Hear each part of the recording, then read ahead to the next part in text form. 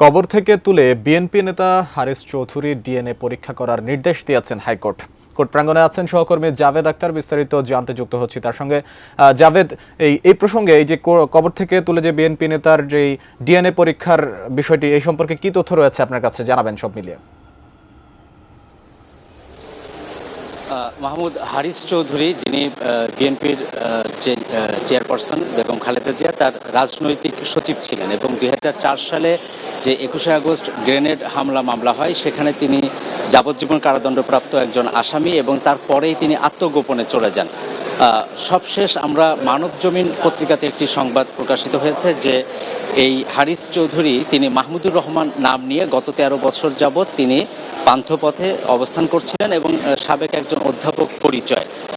সবশেষ যেটি হয়েছে 2021 সালের 3 সেপ্টেম্বর তিনি মারা যান। রাজধানীর একটি বেসরকারি হাসপাতালে তিনি ভর্তি ছিলেন তখন করোনার সময়, এবং মারা যাওয়ার পরে তার যে লাশ দাফন করা হয়েছিল সাভারের একটি মাদ্রাসা প্রাঙ্গণে, সেখানে কিন্তু মাহমুদুর রহমান পরিচয়েই তার লাশ দাফন করা হয়েছে। শিয়া বাটার ও ভিটামিন ই সমৃদ্ধ lily glam beauty soap. Lily, always beautiful. পরবর্তীতে তার মেয়ে সামিরা চৌধুরী তিনি কয়েক জায়গায় চেষ্টা করেছেন, অর্থাৎ স্বরাষ্ট্র মন্ত্রণালয় তিনি একবার খোলা চিঠি দিয়েছিলেন, সিআইডির সাথে যোগাযোগ করেছিলেন এবং তার বাবা যে হারিস চৌধুরী অর্থাৎ মাহমুদুর রহমান যিনি, তার মেয়ে সামিরা চৌধুরীর দাবি যে তিনি হচ্ছেন হারিস চৌধুরী। তো যেহেতু আইনগতভাবে তিনি জীবিত আছেন ধরে নেওয়া হচ্ছে, এই কারণে তাদের যে বিভিন্ন ব্যাংক সংক্রান্ত যে সমস্ত কাগজপত্র বা অন্যান্য যে সমস্ত পারিবারিক অস্থাবর সম্পত্তি বা সব কিছুতেই তার বাবাকে যে সে মৃত